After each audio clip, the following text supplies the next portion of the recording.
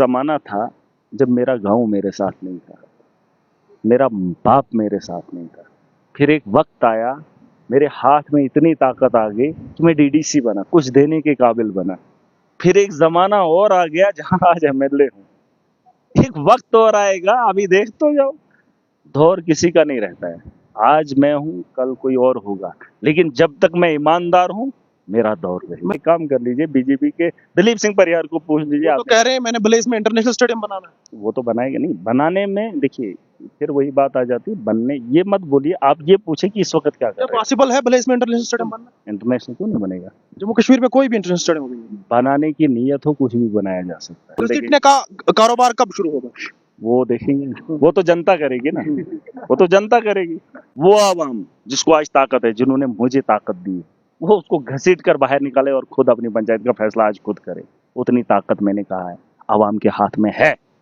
लेकिन अगर आवाम चाहे, आज भी अगर वही उधर कुर्सियों पे बैठ के ना सरपंच ना मेंबर आज बोलेगा नहीं जी मैंने ये कर दिया, कैसे कर दिया? आज जैसे वोट से गिना जाता है ना, जिसको ज्यादा वोट वही नेता, वही एमएलए बना। मैं कैसे बना? मैं जोर से थोड़ी बना, वोट से बना। मेंबर लेजिस्लेटिव असेंबली महराज मलिक मेरे साथ हैं इस वक्त जिला डोडा में। लोगों का हाल जो है वो जाना जा रहा है। जमीनी सतह पे जो काम किए गए हैं और जो नए काम करने हैं उनका जायजा जो है वो लिया जा रहा है। लेकिन अफसोस करने वाली बात यह है एमएलए साहब कि आपके इलाके में लोगों के ऊपर जो है वो लाठीचार्ज हुआ, और वो इलाका जो इलाका आपके गांव के बिल्कुल नजदीक है, वहां पे लोग सड़कों पे आए अपना हक मांगने के लिए, उन लोगों को लाठीचार्ज किया गया। देखिए, एक तो वो चीज़ होती है जब इंसान दे देता है तो फिर यकीन रखना बहुत ज़रूरी है। जिन लोगों ने मुझ पे भरोसा दिखाया है तो अब उम्मीद भी रखें। हमारे से जितना हो सकता है कि हमने किया है। हमने 50 लाख 1 रुपया रखा है उस रोड पे, उसके अलावा 10 करोड़ का प्रोजेक्ट भी बना है। अब सरकार सेंटर से पैसा नहीं देगी तो महराज के पास नहीं है। मैंने उनको कहा है, प्रायोरिटी पे उन कामों को रखा है, लेकिन अब कुछ लोगों को राजनीति करनी है, माहौल बदलना है, तो उसमें हमारा इंटरफेयर नहीं होगा। सुन लीजिए मेरी बात, हमारा जितना भी हो सकता है हम लोगों की बेहतरी के लिए आए हैं, और जहाँ पर जो जेन्युइन मसले हैं वहाँ पे लोगों को बताने की ज़रूरत नहीं है। मैं पहले से जानता हूँ, मैं ज़मीन से जुड़ा आदमी हूँ, और आपको अभी आज की जो जिस तरीके से हम बात कर रहे हैं, ये ना किसी लीडर ने किया होगा और ना कोई करेगा। इसमें दो चीज़ें हैं, मैं जो काम कर रहा हूँ वो आप भी देखेंगे, लोग भी देखेंगे, और जो मेरा मकसद है, मुझे किसी को पिटवाना है या किसी को अंदर नहीं करवाना है। उन लोगों को भी समझना है, जैसे यहाँ की आवाम को समझना है। 21 तारीख को, 21 नवंबर को यहाँ पर इजलास होता है, लोगों को यहाँ पर बुलाया जाता है। लोगों ने कहा था कि प्लान में बदली होती है, लोगों ने नहीं, होता था, लेकिन इस बार नहीं हुआ। अब जो है ट्रांसपेरेंसी आएगी। ठीक है, मैं कुछ काम कर रहा हूँ जो लोगों को नहीं दिख रहे। आपकी भी जिम्मेदारी है, 9 महीने से सरकार ने पैसा ही नहीं दिया। अब रोड मेरे हाथ में है क्या? मशीनरी मुझे लगानी है क्या? मैंने पैसा दिया है। अब उसमें वो चीज़ें कुछ लोग राजनीति करते हैं, जैसे अभी हॉस्टल के अंदर जब मैं जाता हूँ डॉक्टर को बोलता हूँ ड्यूटी कर, बीजेपी के लोग उठते हैं, नहीं जी हम डॉक्टर के साथ खड़े हैं। एक आदमी के साथ खड़े होते, चोरों के लिए वो बीजेपी हो एनसी हो सारे लोग इकट्ठा हो जाएंगे। अरे इन लोगों को बचाने के लिए खड़े हो जाओ। उस वक्त वो धर्म के एक आदमी के साथ खड़े हो जाते हैं, फिर लोगों में फैलाते हैं नहीं ये मुसलमान है वो हिंदू है। अरे डॉक्टर को बोलो इलाज करे लोगों का, और गवर्नमेंट इदारों में जो भी मुलाजिम उसको बोलो लोगों की राहत के लिए काम करो। अभी तक ये लोग नहीं समझे हैं।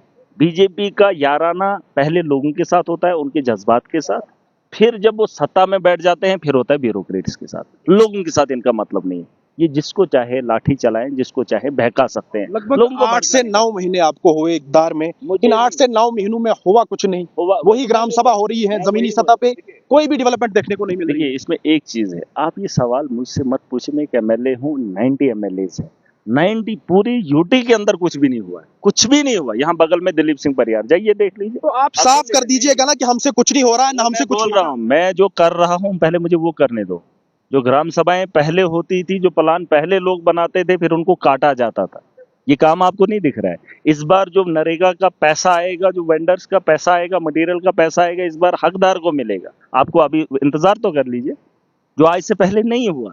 कुछ काम ऐसे, अब सारा काम पैसे की बात नहीं होती है।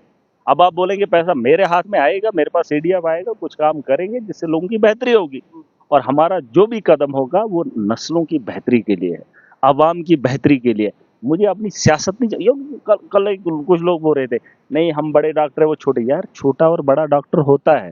जैसे आप छोटे रिपोर्टर हैं, कोई बड़ा चैनल का है, एक ओहदा होता है, कोई अगर गली में गांव में एक डॉक्टर बिठाया है तो वो उतना ही है, वरना उसको बड़े हॉस्पिटल में उसको वो रुतबा होता, वो सर्जरी नहीं कर सकता है जो वहां पर है, डॉक्टर है लेकिन नाम ऐसा नहीं है, आपको भी बोलेंगे, लेकिन ओहदा होता है, रुतबा होता है। तो जो गांव का डॉक्टर है वो गांव में बैठे, हमारा ये काम है पहले जमीन पर बहुत सारी मुश्किलें उनका अजाला करें।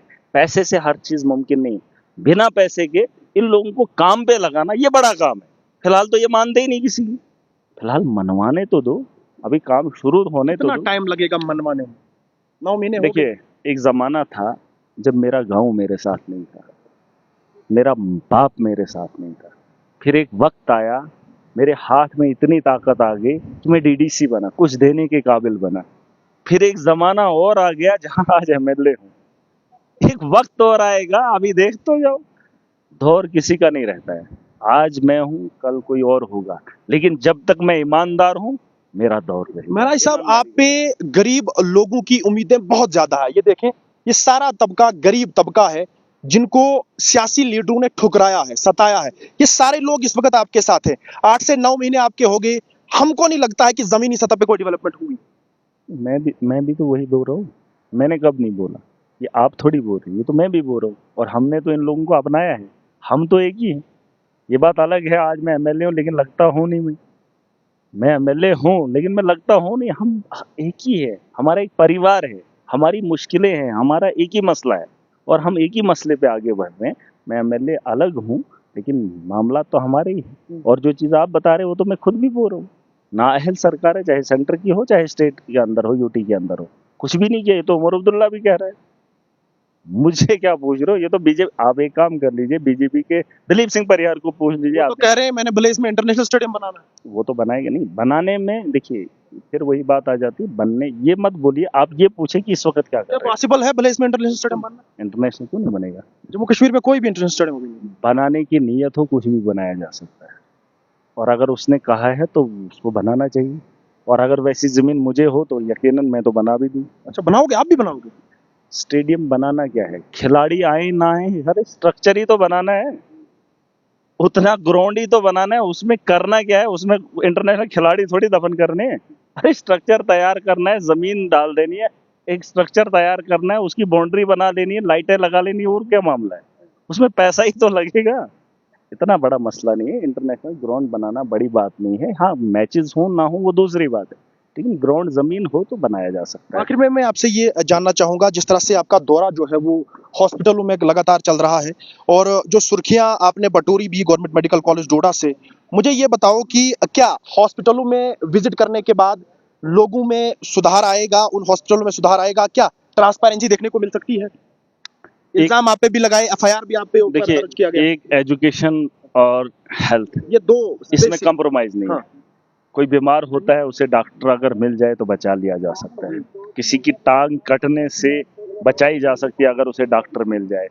और एजुकेशन के मामले में भी कंप्रोमाइज़ नहीं है, क्योंकि एक बच्चे को उस वक्त तालीम मिलना ज़रूरी है। अगर वहाँ पर टीचर, आज जैसे आज हम यहाँ पर हैं, अगर स्कूल के अंदर टीचर नहीं होगा एक दिन आप उस बच्चे का मुस्तकबिल नहीं बना सकते, और यही वो वक्त होता है। स्कूल और हेल्थ, इसमें कंप्रोमाइज़ नहीं है, और इसको बेहतर बनाने के लिए मैं हर महाज पे लड़ूंगा और आवाम को जागरूक करने की कोशिश करूंगा। और जहाँ तक आप कह रहे हैं कि बदलाव आया है, ये आएगा, ये बहुत बड़ा बदलाव है। जो एक डर का माहौल है फिलहाल उसे खत्म करेंगे, जो एक दहशत थी उसे खत्म करेंगे, जो डर का माहौल है उसे खत्म करेंगे। और जो इन लोगों की सोच है, मैंने कहा इलेक्शन के वक्त गरीब अच्छा लगता है नेताओं को, एक आम आदमी बड़ा अच्छा लगता है, उसकी भीड़ अच्छी लगती है, लेकिन जब सत्ता में आता है तो बड़े बड़े ऑफिसरों के साथ उठना बैठना, उनके जिन साथ लोगों ने परसों प्रदर्शन किया उन्होंने ये कहा कि महराज की दहशत इस इलाके में है, महराज से लोग यहाँ डरते हैं बात करने से। अरे नहीं, मेरे से क्यों डरेगा? अभी ये आम आदमी मेरे सामने बैठा है, क्या डर रहे? डरेगा वो जो चोर है, और चोरों के लिए हमारे पास यहाँ जगह नहीं, और चोरों को उनका तो हमने ठिकाना लगाना ही है, इसमें तो कोई दो राय नहीं। देखिए, सबसे बड़ी बात है जनता की, जिस जनता ने मुझे यहाँ पर बनाया है वही जनता कुछ भी कर सकती है। और मैंने जिस दिन कहा था कि ये माफिया को खत्म करूंगा, और जिस दिन आपको लगेगा वो रेवोल्यूशन आप देखें, कुछ भी देख लीजिए, जिस दिन वो उस तर्ज पे आएंगे आप बहुत बड़े पैमाने पे एक बहुत अलग माहौल देखेंगे। घसीटने का कारोबार कब शुरू होगा? वो देखेंगे, वो तो जनता करेगी ना, वो तो जनता करेगी। देखिए, जब हमारे में इजलास होता है आज सरपंच नहीं है, आज मेंबर नहीं है, आज कोई पार्टियों का नहीं, इजलास होता है आम आदमी का, आवाम का। लेकिन जब इजलास होता है वहां पर वही लोग आते हैं, वही लोग कुर्सियों पे बैठते हैं, वही लोग फैसला करते हैं कौन सा काम रखना है।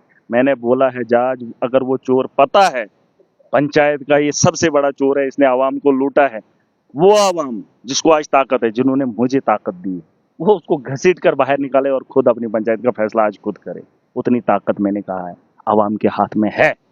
लेकिन अगर आवाम चाहे, आज भी अगर वही उधर कुर्सियों पे बैठ के, ना सरपंच न मेंबर है, आज बोलेगा नहीं जी मैंने ये कर दिया, कैसे कर दिया?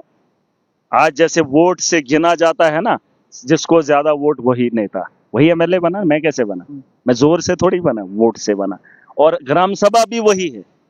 50 लोग अगर एक तरफ हैं, दूसरी तरफ 60 लोग हैं, तो 60 लोगों की मानी जाएगी। ये भी चुनाव है। और अगर यहाँ आम आदमी का जमावड़ा ज्यादा है तो उनकी बात नहीं सुनी जाएगी। लेकिन मुझे अफसोस इस बात का है, पंचायत के अंदर 100 लोग होते हैं, फैसला फिर वही 3 लोग करते हैं। एक जगह 1-2 जगह लोगों को मैंने बता दिया था और उनने वो काम किया है। और आज के बाद जहां पे भी इजलास होंगे, और ये जो खुद को बड़ा कहते हैं या खुद अपने लिए मफाद के लिए करते हैं, उनको इस बार घसीट के निकाल दो, वो भी एक आम आदमी की हैसियत रखते हैं। बस आज जिस दिन पंचायत के चुनाव होंगे फिर सरपंच फैसला करे, लेकिन आज जितने भी ग्राम सभाएं होंगी इसमें आवाम ताकतवर है।